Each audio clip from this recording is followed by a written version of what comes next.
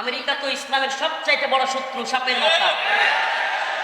America হলো ইসলামের সবচাইতে বড় শত্রু, সাপের মাথা। এই যে সন্ত্রাস বিরোধী আইন নামে সাধারণ আলেমদেরকে, মুসলিমদেরকে হয়রানি করার এই আইন, এটা বানাইছে এই আমেরিকার রেল কর্তৃপক্ষ। তাইলে আগামী দিনে আলেমরা যদি ইসলাম প্রশ্নে, ঈমান প্রশ্নে, দ্বীন প্রশ্নে আমেরিকার বিরোধিতা করে, আপনি কোন পক্ষে থাকবেন? তখন আপনার ঈমানও টের পাওয়া যাবে। এত খুশি হয়েন না যে হুজুররা আওয়ামী লীগের বিরোধিতা করে, হাসিনার বিরোধিতা করে। আরে শুনেন, আমরা যেমন ইসলাম প্রশ্নে ভারত বিরোধী, ইসলাম প্রশ্নে হাসিনা বিরোধী, ইসলাম প্রশ্নে আমেরিকার বিরোধিতা করতেও বর্তমান সরকার যদি ন্যূনতম ইসলাম বিরোধিতার দুঃসাহস দেখায়, আমরাও তাদের বিরোধিতা করতে ন্যূনতম সময় ব্যয় করব। আউযু বিল্লাহি মিনাশ শাইতানির রাজীম। বিসমিল্লাহির রাহমানির রাহিম। লাতাজিদান্না আশাদ্দান নাসি আদাওয়াতান লিল্লাযীনা আমানুল ইয়াহুদা ওয়াল্লাযীনা আশরাকু। সাদাকাল্লাহু মাওলানাল আযীম ওয়া সাদাকা রাসূলুহুন নাবিয়্যুল কারীম ওয়া নাহনু আলা যালিকা মিনাশ শাহিদিন ওয়াশ শাকিরিন ওয়ালহামদুলিল্লাহি রাব্বিল আলামিন। নোয়াখালী জেলা হেফাজতের উদ্যোগে আয়োজিত আজকের এই বন্যার্তদের পুনর্বাসন উপলক্ষে দোয়া ও আলোচনা সভার সম্মানিত সভাপতি, নোয়াখালীর আলেমদের ছেলে তাজ, নোয়াখালী জেলা হেফাজতের আমির হযরতুল আল্লাম মাওলানা নিজামউদ্দিন সাহেব হাফিজাহুল্লাহ, উপস্থিত আছেন আজকের এই প্রোগ্রামের মধ্যমণি। 1 বছর 2 বছর, 1 মাস 2 মাস, 1 দিন 2 দিন নয়, 14 থেকে 15টি বছর জালেম হাসিনার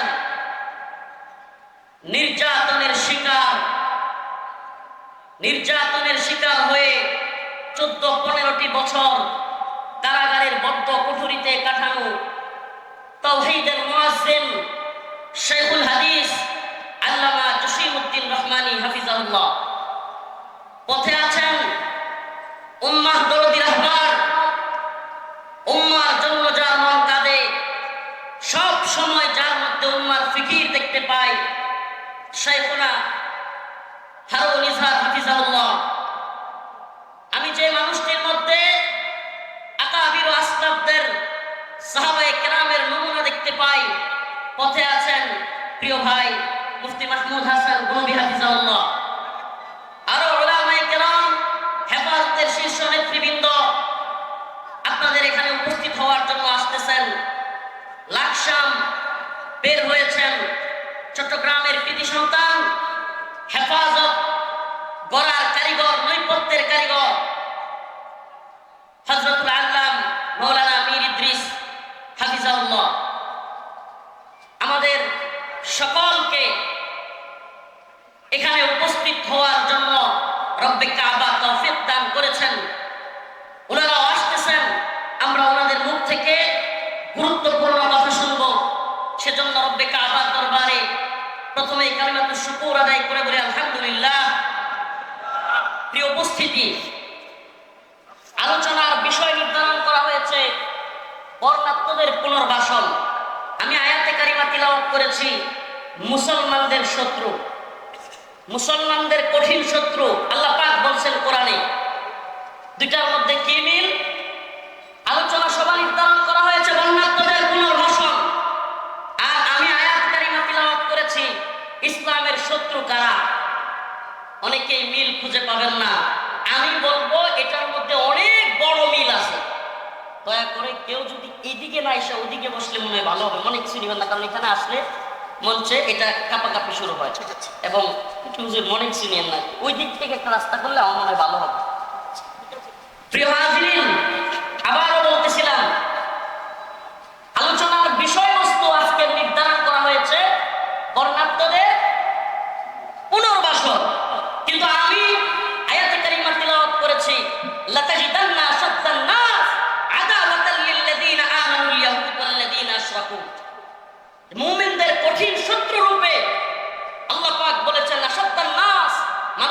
মধ্য থেকে তোমরা পাবে শত্রুতা হিসেবে তোমরা দেখবে ইহুদি এবং মুশরিকদের। আলোচনার বিষয় বর্ণাত্মদের। আমি আয়াত কারিমা তিলাওয়াত করেছি মুসলমানদের শত্রু। কেউ কেউ এটার মধ্যে যোগসূত্র খুঁজে না পেলেও আমি বলবো অনেক বড় যোগসূত্র রয়েছে। আজকের এই নোয়াখালী এবং ফেনী কিংবা এই অঞ্চলের বন্যার পিছনে কর্তৃত্ববাদী, হিন্দুত্ববাদী, ব্রাহ্মণ্যবাদী, অখণ্ড ভারতের স্বপ্ন দেখা সেই গুজরাটের কসাই মোদী সরকারের বাম রয়েছে। অতএব বর্ণাত্মদের কথা বলতে গেলে প্রথমেই বলতে হবে এই ব্রাহ্মণ্যবাদী, হিন্দুত্ববাদী, এই জালেম অখণ্ড ভারতের স্বপ্ন দেখা, রাম রাজত্ব কায়েমের স্বপ্ন দেখায় হিন্দুত্ববাদী, ব্রাহ্মণ্যবাদী তাগুতি শক্তি এই ইন্ডিয়ার বিরুদ্ধে। আমার আলোচনার বিষয় খুবই সংক্ষিপ্ত, লম্বা করার সুযোগ নেই। হুজুররা চলে আসতেছেন, নামাজের পরে ওনারা আলোচনা করবেন। আমরা নামাজের বিরতির মধ্যে যাব অল্প কিছুক্ষণের মধ্যে। প্রিয় হাজিরিন, আজকে এই যে ফেনী নোয়াখালী অঞ্চলের বন্যা, এই বন্যার পেছনে আওয়ামী লীগ গভর্নমেন্ট যখন ক্ষমতায় ছিল বারবার আমাদেরকে বোঝানোর চেষ্টা করা হয়েছে কিশোরগঞ্জে রাষ্ট্রপতির এলাকায় যাওয়ার জন্য একটা বাঁধ নির্মাণ করা হয়েছে, এই জন্য এই বন্যা হয়। মিডিয়া বুঝাইছে তীব্র বৃষ্টির কারণে বন্যা হয়।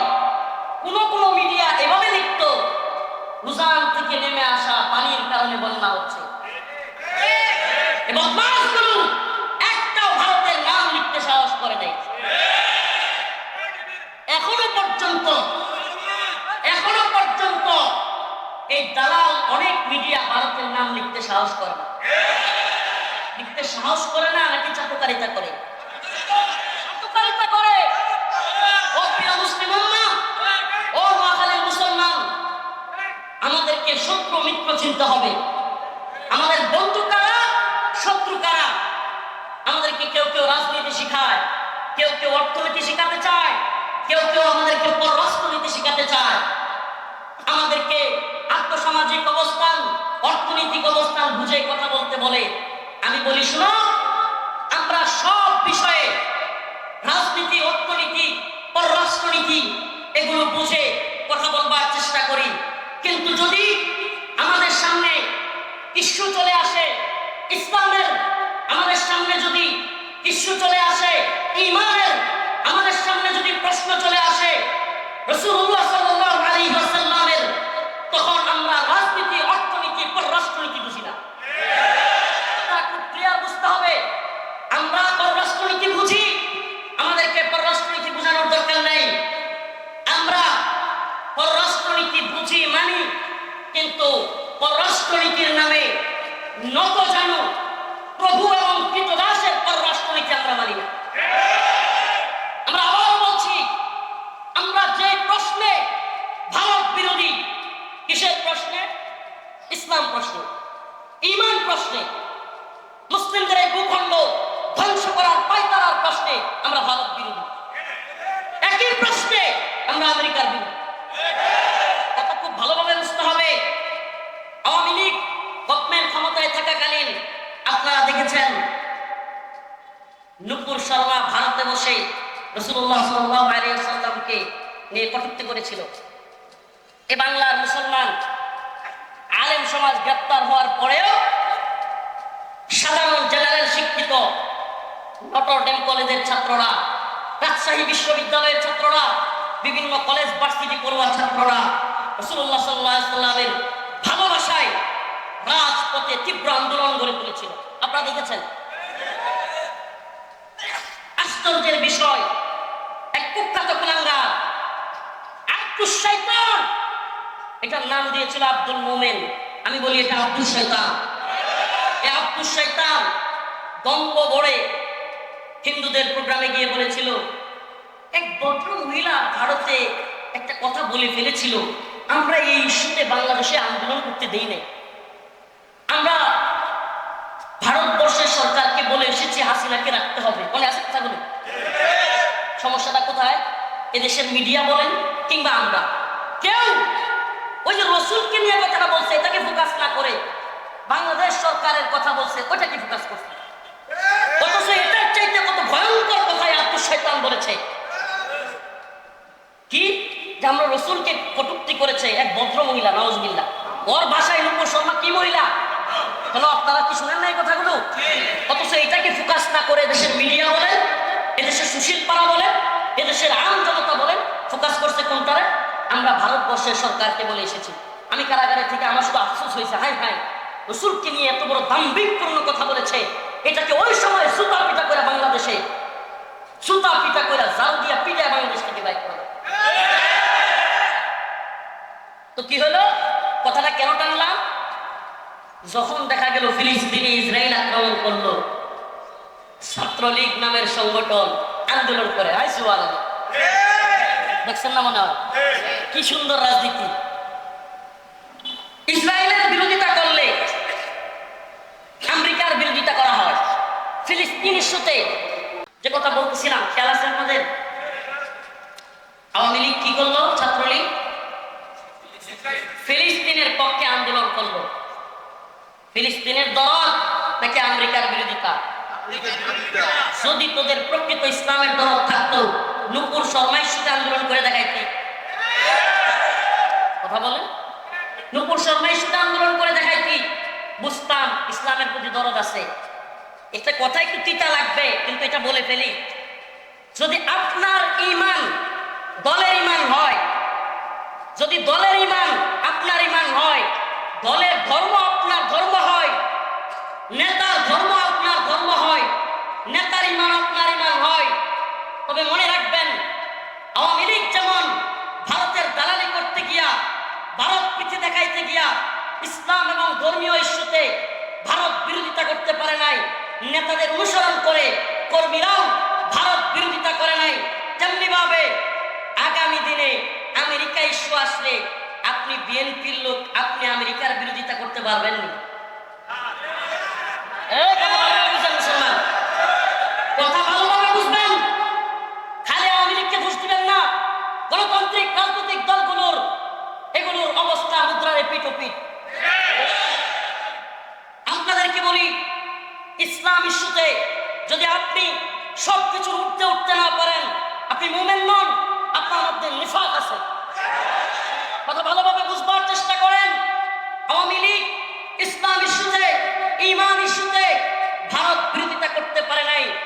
নেতা নেত্রীরা ভারতের পাঁচটা গোলামি করেছে, ভারতের প্রভু মেনে, ভারতকে প্রভু মেনে নিজেরা দাসত্বের ভূমিকায়, নিজেরা গোলামের ভূমিকায় অবতীর্ণ হয়েছিল। আমরা জানতে চাই, আজকে আপনি যারা বিএনপি দাবি করেন, আপনি বিএনপি করেন, আগামী দিনে আমেরিকা যদি, আমেরিকা তো ইসলামের সবচাইতে বড় শত্রু, সাপের মাথা। আমেরিকা হলো ইসলামের সবচাইতে বড় শত্রু, সাপের মাথা। এই যে সন্ত্রাস বিরোধী আইন নামে সাধারণ আলেমদেরকে, মুসলিমদেরকে হয়রানি করার এই আইন, এটা বানাইছে এই আমেরিকার রেল প্রশাসন।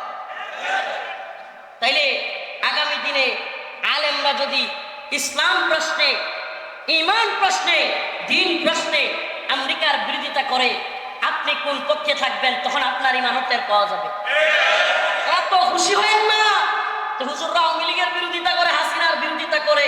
আরে শুনেন, আমরা যেমন ইসলাম প্রশ্নে ভারত বিরোধী, ইসলাম প্রশ্নে হাসিনা বিরোধী, ইসলাম প্রশ্নে আমেরিকার বিরোধিতা করতেও বর্তমান সরকার যদি ন্যূনতম ইসলাম বিরোধিতার দুঃসাহস দেখায়, আমরাও তাদের বিরোধিতা করতে ন্যূনতম সময় ব্যয় করব। এটাই ঈমান, এটা ঈমান, এটা ঈমানের দাবি। সময় কম, শুধু দরকার নাই, কথাগুলো বুঝবার চেষ্টা করেন। অগ্রিম বলে রাখি, যাতে আমাদেরকে পরে যায় না বলতে পারেন, ছবি তুইলা আনন্দ প্রকাশ কইরা এত খুশি উদযাপন করার সময় নাই। একটু ভালোভাবে বুঝতে হবে, অমুক নেতা তমুক নেতার সাথে সেলফি তুইলা হাসাহাসি করে, মুসাফা কোলাকুলি কইরা হাসাহাসি আর আনন্দ মাখামাখি হওয়ার সময় নাই। 4 দিন পরে পস্তাবেন, দেয়ালে মাথা ঠুকাবেন, হাই হাই কি করলাম, হাই হাই কি করলাম, কার সাথে গিয়ে মিললাম। মনে রাখতে হবে, সতর্ক থাকতে হবে। আমরা হেফাজতে ইসলাম, ইসলামের প্রশ্নে হব, হেফাজতে ইসলাম হবে ইসলামের প্রশ্নে। ভ্যানগার্ড হেফাজতে ইসলাম হবে ইসলাম প্রশ্নে অতন্ত্র প্রহরী, হেফাজতে ইসলাম হবে দল মতের ঊর্ধ্বে ওঠে, রাজনীতির ঊর্ধ্বে ওঠে, ইসলামের জন্য জীবন দেয়ার শাহাদাতের নজরানা পেশ করার সংগঠন। কথা ভালোভাবে বুঝতে হবে। আমরা যারা তরুণ আছি, আল্লাহ মাফ করুক, আল্লাহ মাফ করুক, আবারও বলছি বেয়াদবি নিবেন না, অহংকার নয়, শুধুমাত্র জানানোর উদ্দেশ্যে। আরে আমি আল্লাহ মাফ করুক নিজের অবস্থান জানানো নয়, সবাই জানেন আমরা কে কি অবস্থায় আছি, কার কতটুকু জুলুম, এটা সবাই জানেন। তবু একটু হালত মনে করে দিতে চাই, আমার উপর সমস্ত আলেমদেরকে বাদ দিয়া, সারা দেশের হেফাজতের এত বড় বড় মাশায়েখ আলেমদেরকে বাদ দিয়া আমাকে সপ্তাহের ব্যবধানে 2 বার গ্রেফতার করা হয়েছে। সবার আগে আমাকে গ্রেফতার করা হয়েছে। শুধু তাই নয়, গ্রেফতার করেই শুধু ক্লান্ত হয় না এরা। আপনারা জানেন এই জালেমের দল এমনও করেছে, আপনারা যখন জজবা দেখান তখন আমাদের এগুলো মনে পড়ে, আমরা এগুলোতে গা বাসাই না। আপনারা যখন স্লোগান দিয়ে নিয়ে আসেন তখন আমরা এই স্রোতে গা বাসাই না। কেন বাসাতে পারি না? এমনও দিন গিয়েছে কারাগারে যেই রুমে আছি সেখান থেকে বেরোতে দেয় না দীর্ঘদিন। বের হব, নিচে একটু পানির জন্য যাব, বোতল নিয়ে গিয়া পানি নিতে যায়, বোতলটা তাড়াতাড়ি ভরার জন্য তাড়াতাড়ি বোতল ভরে আবার উপরে ওঠেন, প্রেসার দেয় কারারক্ষীরা। একটু বেশিক্ষণ আকাশ দেখার জন্য, এই দুনিয়াটা দেখার জন্য বোতল না ভরে দাঁড়ায় থাকতাম। এই দিনগুলো আমাদের গিয়েছে। বোতলটা না ভরে, পানিটা না ভরে কি করতাম? অযথায় সিরিয়ালে দাঁড়ায় থাকতাম। কেন? একটু যেন নিচে আকাশ দেখতে পারি। এই অবস্থাটা আমার উপর দিয়ে গিয়েছে। আমাদের এই জুব্বা খোলা হয়েছে, ট্রেনে লুঙ্গি খোলা হয়েছে, আমাদেরকে জড়ায় ধরছে মহিলারা, দইরা এগুলো এইরকম অনেক ক্যামেরা দিয়া ছবি তোলা হয়েছে। এই দিনগুলো গিয়েছে। প্রিয় হাজিরিন, কেন বলতেছি এই কথাগুলো? বলতেছি এজন্য, আমরা তরুণ মানুষ, আমরা যুবক মানুষ, অল্প বয়সী মানুষ, আমাদেরকে সবার আগে গ্রেফতার করেছে জালেম। কেন? কারণ আমাদেরকে তারা থ্রেট মনে করেছে। আমি আবারও বলি, হেফাজতে ইসলামের নেতৃবৃন্দ যারা এখানে আছেন, নোয়াখালীবাসী, আপনাদের এই সাহসী উদ্যোগ, এই প্রজন্মের সবচাইতে বেশি মাজলুমদেরকে নিয়ে আপনারা এই নোয়াখালীবাসী যে প্রোগ্রামটা করেছেন, আমি প্রথমেই এই সাহসী ভূমিকার জন্য আল্লামা নিজামউদ্দিন সাহেব হাফিজাহুল্লাহকে আন্তরিকভাবে মোবারকবাদ জানাই। এই মানুষগুলো সবচাইতে বেশি জুলুমের শিকার, এই মানুষগুলো সবচাইতে বেশি জুলুমের শিকার। আপনারা মনে রাখবেন, এই মানুষগুলোকে যদি আপনারা পাশে থাকেন, ইনশাআল্লাহ সুম্মা ইনশাআল্লাহ আগামী দিনে এই সব মানুষগুলোকে দিয়ে ইসলামী বিপ্লবের স্বপ্ন দেখা যায়। অতএব আবারও বলি, আমরা আমাদেরকে গ্রেফতার করার কারণে, আমাদেরকে আগে ভাগে রিমান্ডে নেওয়ার কারণে, দীর্ঘদিন কারাগারে রাখার কারণে, ওদের ক্ষোভের কারণে আমরা হেরে যাই নাই। আল্লাহ পাক যেই সমস্ত মানুষ মাজলুম হয়েছে তাদেরকে সম্মান দিয়েছেন, আর যারা লাঞ্ছিত করেছে, এই মানিক্কা, ইনু মেনন কিংবা এই সমস্ত নেতারা, আজকে এদের অবস্থা কি? এই তো সেদিনের আইজিপি চৌধুরী আব্দুল্লাহ মামুন, আমি কোথাও বলি না, সারা দেশে এই লোকটা আমার প্রোগ্রাম নিষিদ্ধ করে দিছিল, কেউ জানে না। সারা দেশে আমি প্রোগ্রাম করতে পারতাম না। আল্লাহ কি কুদরত, এই কয়েকদিনের ভিতরে এখন শুনি তার 2 দিন পর পর খালি রিমান্ড আর রিমান্ড। সুবহানাল্লাহ। পারে কে? সুবহানাল্লাহ ওয়া বিহামদিহি ওয়াল আউয়াল ওয়াল আখির ওয়াস যাহির ওয়াল বাতিন। আল্লাহই প্রথম, আল্লাহই শেষ। ওয়ালিল্লাহুম্মা মালিকাল মুলক তুতিল মুলকা মান তাশা ওয়া তুইজ্জু মান তাশা ওয়া তুযিল্লু মান তাশা বিয়াদিকাল খায়র। আরে আল্লাহই সব। তাবারাকাল্লাযী বিয়াদিহিল মুলক ওয়া হুয়া আলা কুল্লি শাইইন কাদির। আরে যে রব সব পারে, সমস্ত ক্ষমতার মালিক যিনি, আমরা তার ক্ষমতায় বিশ্বাস করি। আওয়ামী লীগের কিংবা বিএনপির কিংবা ডক্টর ইউনূস সাহেবের ক্ষমতায়, আমেরিকা কিংবা ব্রিটেনের ক্ষমতায়, ভারতের ক্ষমতায় আমরা বিশ্বাস করি না। আমরা কার ক্ষমতায় বিশ্বাস করি? আল্লাহর ক্ষমতায় বিশ্বাস করা ব্যক্তিদেরকে ভয় দেখায় লাভ নেই। আল্লাহ কসম, আল্লাহ এই জমিনে শাহাদাতের নজরানা পেশ করার জন্য হামেশাই আমরা প্রস্তুত, কিন্তু কোন দলকেই ইসলাম বিরোধী এজেন্ডা বাস্তবায়ন করবার জন্য দিব না। আমরা আপনাদের পাশে আছি ভারত বিরোধিতায়, মনে রাখবেন। আপনিও ঢাকা যাবেন, আমিও ঢাকা যাব, সমস্যা কি? একসাথে যাই, আপনি আরেক দলের হন, এতে সমস্যা নেই। আপনি ঢাকা যাবেন, আমি ঢাকা যাব, আপনি কুমিল্লা পর্যন্ত যাবেন, আচ্ছা আসেন, কুমিল্লা পর্যন্ত তো একটু শক্তিশালী হইলাম, এই রাজনীতি আমরা বুঝি, আসি, কিন্তু ভারতের বন্ধু হওয়ার চেষ্টা করবেন, আপনার সাথে আমরা নেই। মনে রাখবেন, ভারতের সাথে পিরিত দেখা ক্ষমতায় আসার চেষ্টা করবেন, হ্যাঁ হ্যাঁ, এই জাতি যেমন মাথায় তুলতে পারে, আসারও দিতে পারে। হুট করে আসার গায়ে পেরে যাবেন, ভাইরে কি হইল, জনপ্রিয়তার বেলুন হুট করে দেখবেন ফুটা হয়ে গেছে। সাবধান, সাবধান, এ জাতি শত্রু মিত্র চিনো, শত্রু মিত্র চিনবার চেষ্টা করো। আমাদের বর্তমান পৃথিবীতে মুসলিমদের কিংবা এই ভারত উপমহাদেশের কিংবা বিশেষ করে বললে বাংলাদেশের সবচাইতে বড় শত্রু হিন্দুত্ববাদী সরকার। এটা এটা ভালোভাবে মাথায় ঢুকাইতে হবে আমাদেরকে, ভালোভাবে ঢুকাতে হবে। হেফাজত ইসলামের কেন্দ্রীয় নেতৃবৃন্দ, ওনাদের কাছে যদি আমার এই পয়গাম পৌঁছায়, বিনীতভাবে বলবো আমরা আপনাদেরকে ভালোবাসি আল্লাহর জন্য। আল্লাহ, আমরা আপনাদেরকে ভালোবাসি আল্লাহর জন্য। কিন্তু দিন ঈমানের বিরুদ্ধে গিয়ে তথাকথিত গণতান্ত্রিক রাজনীতি করতে গিয়ে ঈমান দিন এগুলোর সাথে আপোষ করবেন, আপোষকামী হবেন, আমরা আপনাদের পাশে নেব।